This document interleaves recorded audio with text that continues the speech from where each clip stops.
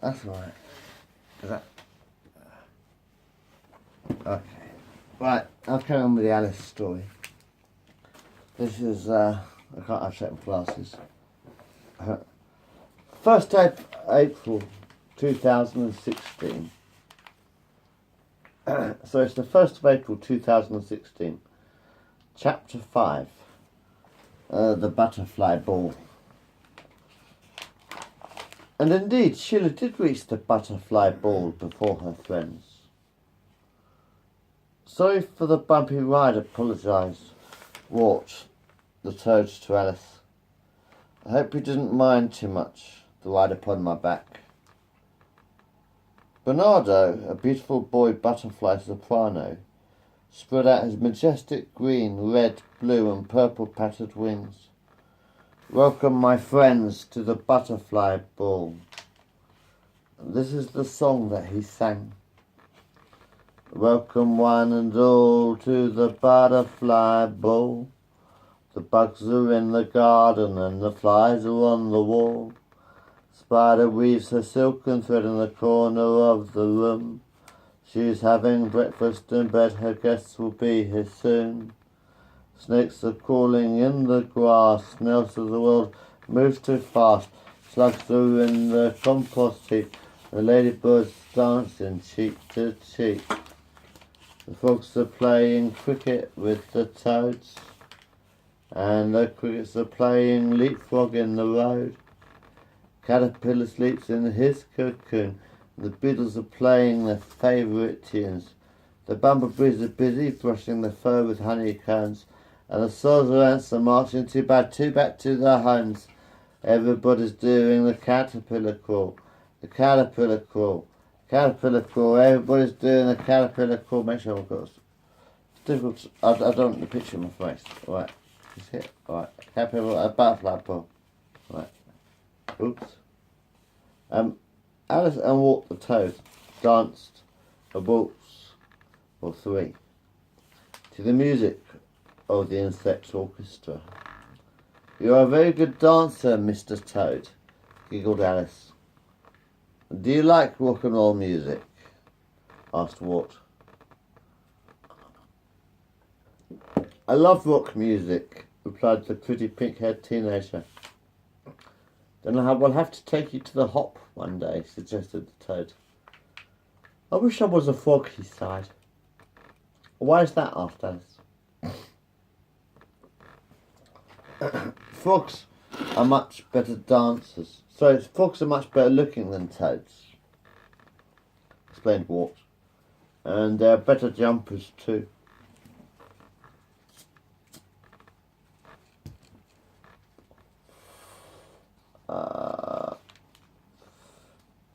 Well, to be honest, I can't see much of a difference. I think you both look very handsome, she declared, diplomatically, dictionarily and dramatically. Frogs have smooth, waxy green skin, explained the toad, but I do not share their fair complexion. My warty skin is slimy and brown. Alice kissed Wart on the cheek. Well, I think you are rather dashing, she paused. Actually, I have to be dashing soon. I told the old Duke Dragonfly that I would read all the insects a bedtime story. I think, they think that I am a fairy, giggled Alice. Frogs always have the best chat-up lines, Wart burped. Every time he meets a pretty princess, Frog says, kiss me, and I will turn into a handsome prince. Never works out, of course, but the lucky green bugger always gets a long, slow, warm, slobbery snog of a kiss. The toad was very jealous. The insects and Alice sat around a large open fire. Flickering orange, red, and yellow flames danced like fireflies in the early evening breeze. The golden sun was setting over the horizon, and a kaleidoscope of purple, orange, yellow and red illuminated the early evening sky. Like a watercolour painting, above their heads the silver blue moon was rising.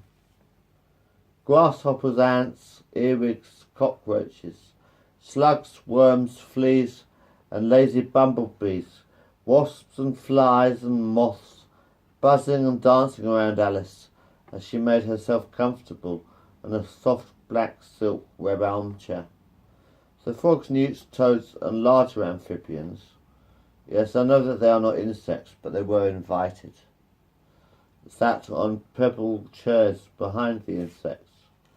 The ladybirds, beetles, snails, and all the other insects sat on soft green moss cushions, and the caterpillar larvae, maggots, and bugs sat on bouncy frog-spawn beanbags.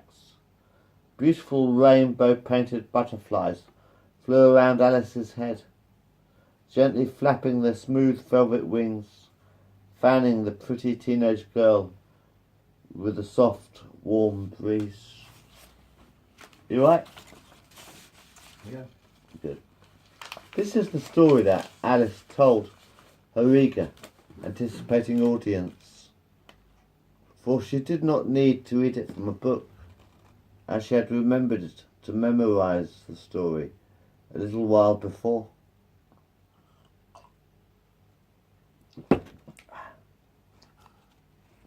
Alice coughed, and all the insects stopped chattering to one another. The audience took a deep breath and held their voices.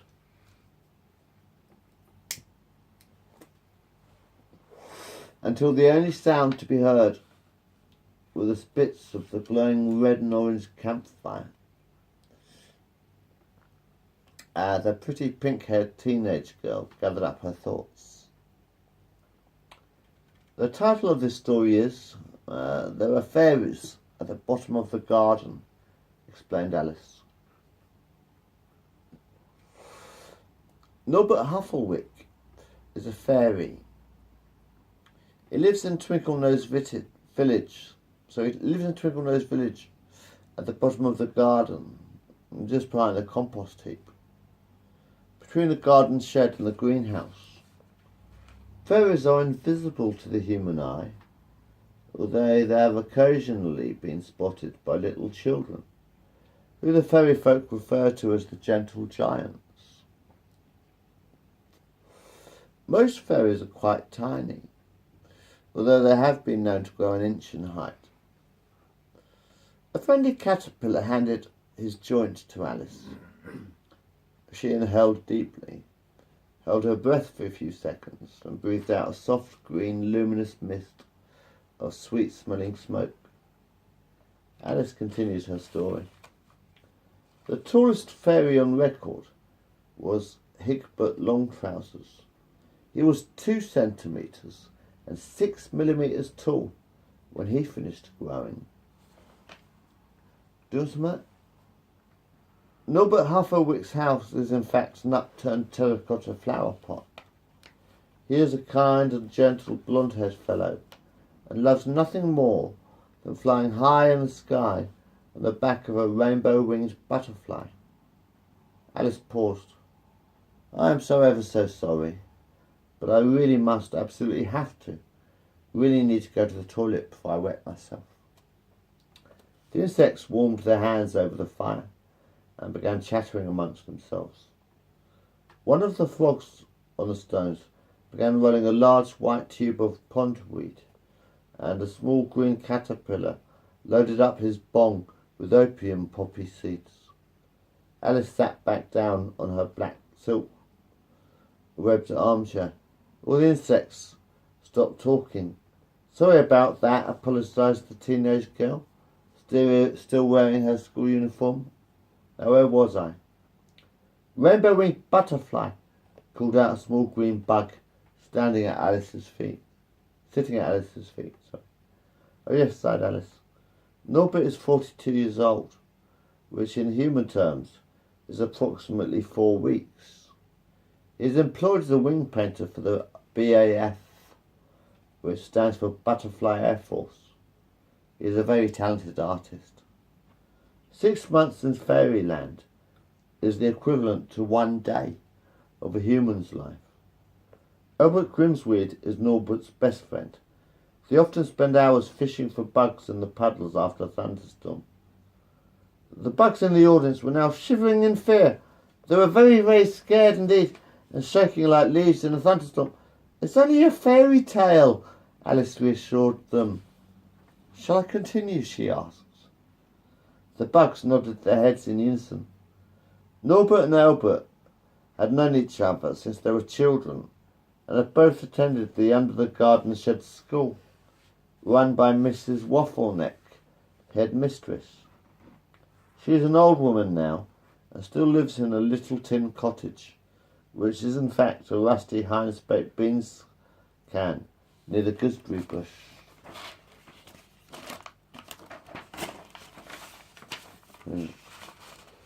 Alice breathed a heavy sigh.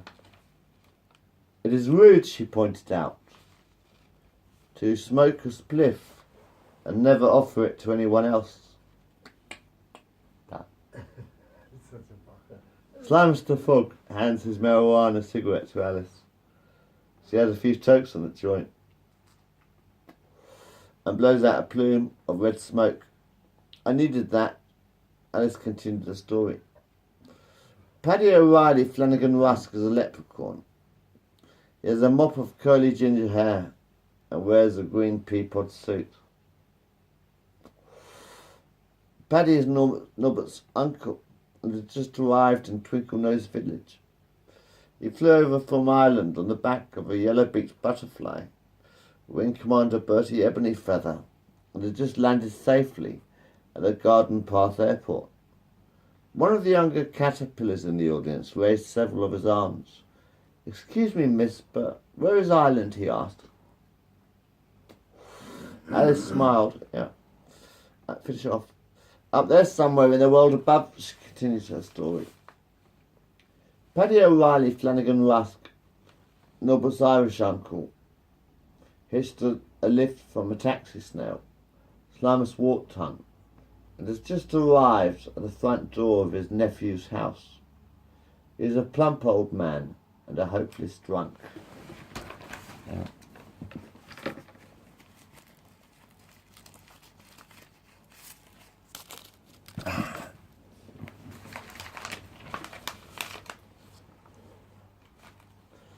Wicket Fiddlefingers is a colourful little chap. He runs the village store with his wife, Trixabel. She is a chubby, middle-aged woman with a heart of pure gold. Wicket loves wearing colourful clothes, which his wife dyes in blackberry and raspberry juice.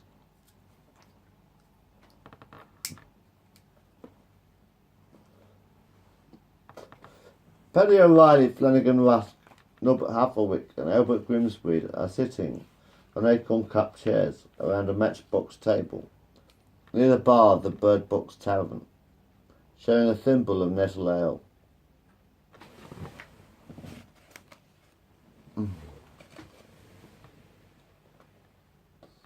Wicket and Trixabel Fiddlefingers are on the dance floor, skipping to the tune of Paddy's matchstick fiddle.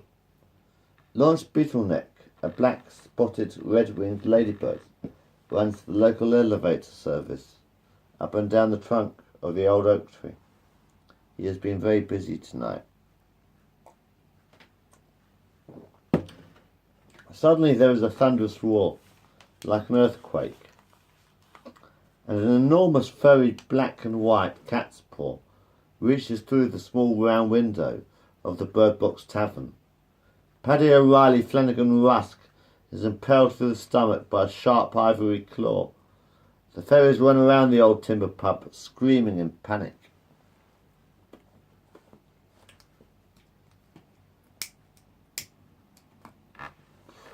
Old Mr. Sankey walks down the garden path, wearing a pair of green Wellington boots. He throws a bucket of cold water at the next-door neighbour's cat, sitting on a branch of the old oak tree.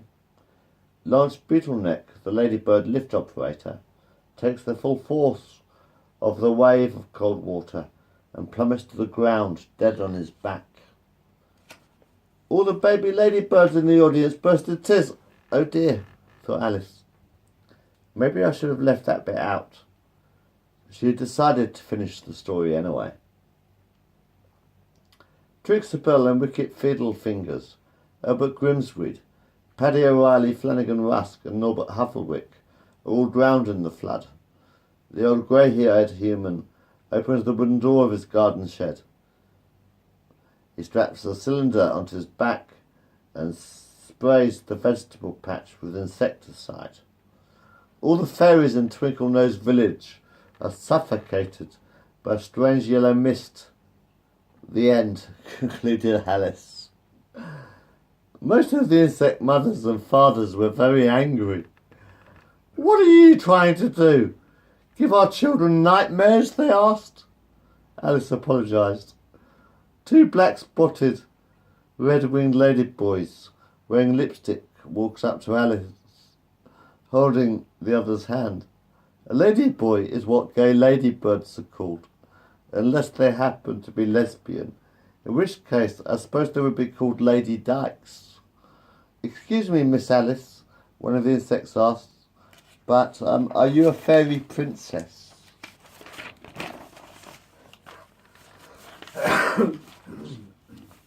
I'll finish this chapter.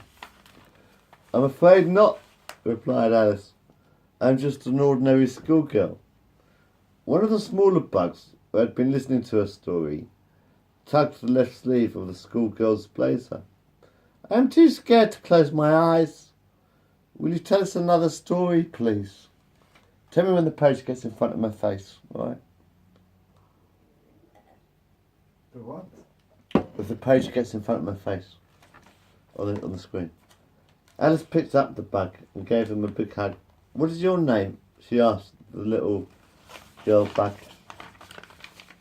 Bunny, replies the bug. Well, I think it's a little bit late to tell another tale, sighed Alice. But I will tell you a short poem instead, she suggested. It is called The Caterpillar's Shoes. Caterpillar's Shoes.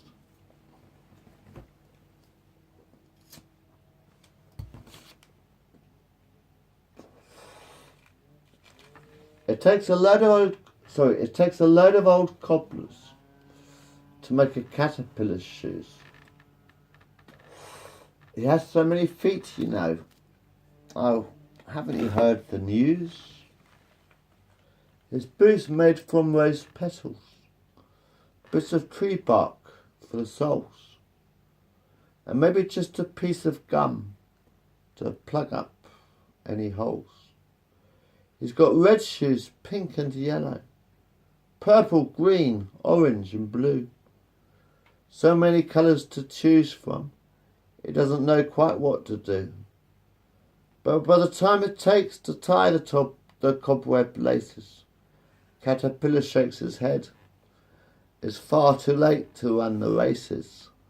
He should be tucked up safe in bed. Bunny the bug was now fast asleep. Alice handed her gently back to her mother.